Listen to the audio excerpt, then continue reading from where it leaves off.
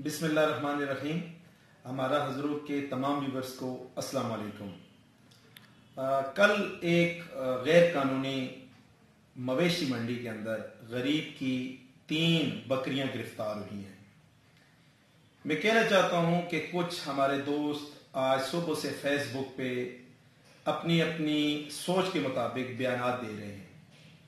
5-6 हजार गरीब लोगों का रोजगार मवेशी मंडी के साथ वाबस्ता है और वो लोग छछ के दूर दराज गांव से गुर्बत में पैदल चल के या पब्लिक ट्रांसपोर्ट में अपनी बकरियां या भेड़ें बेचने के लिए आते हैं।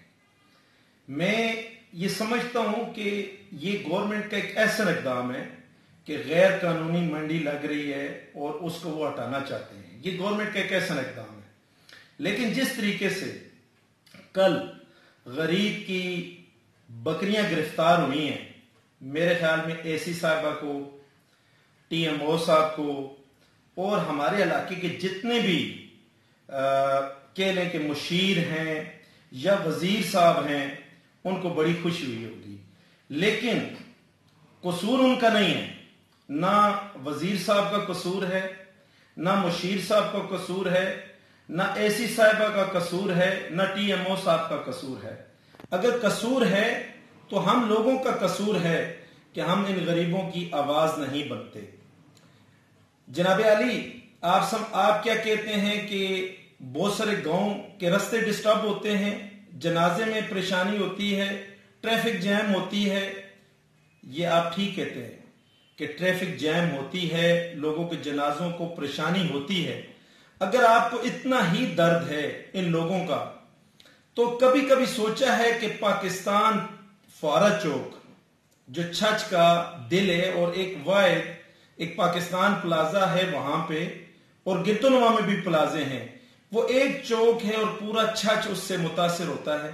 वहां पे तो आपने गवर्नमेंट की मलकियत से, गवर्नमेंट के पैसों से एक सड़क बनी है, वो आपने बंद कर दी और गवर्नमेंट का उसके ऊपर फंड लग रहा है, गवर्नमेंट से आप सब्सिडी ले रहे हैं और महंगी चीजें बिक रही हैं, बाजार में सस्ती हैं चीजें, लेकिन आपको कभी तकलीफ नहीं हुई, कभी जनाजा कोई डिस्टर्ब नहीं हुआ, कभी किसी अमीर को कोई परेशानी नहीं हुई।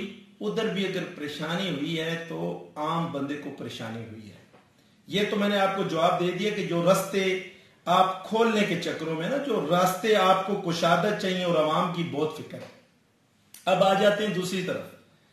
देखें जी, अगर आप इन गरीबों को गोंदल भेजना चाहते हैं, अगर कुतुब बांडी वाला बंदा, अगर कोई बरजई की टोक वाला बंदा वहां से या कोटके वाला बंदा गोंदल मंडी जाएगा तो उसको 1000 रुपया बुकिंग पड़ेगी कम अज कम।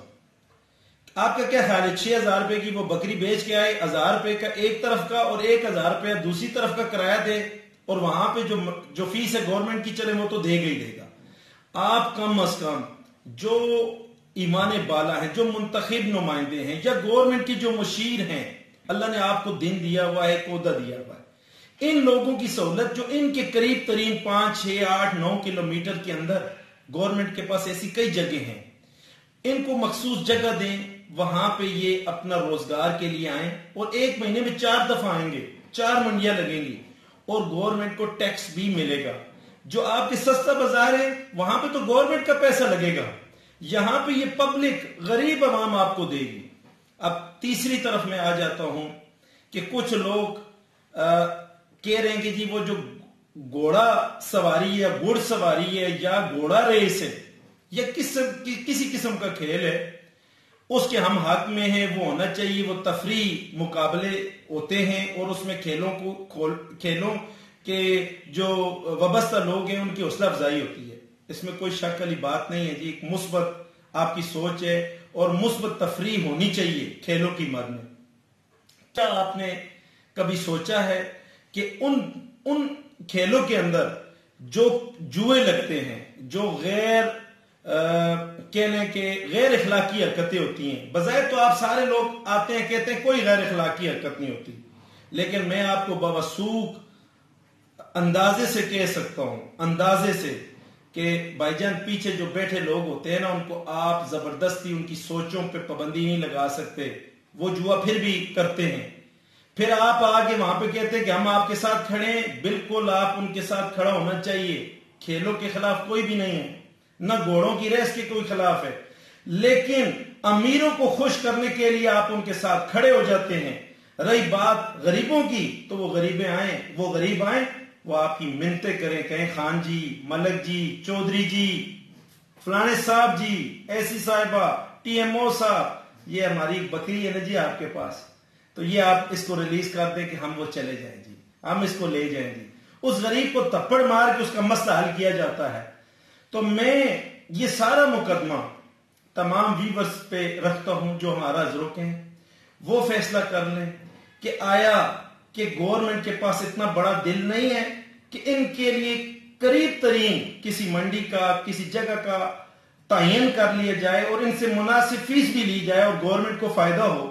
جو بعد میں کچرا ہے وہ ٹی ایم او کا سٹاف جائے, کروڑوں روپے, لاکھ روپے کا ان کے پاس فنڈ ہوتا ہے, اس کی صفائی کرے. میرے خیال میں تو اس کا حل ہے.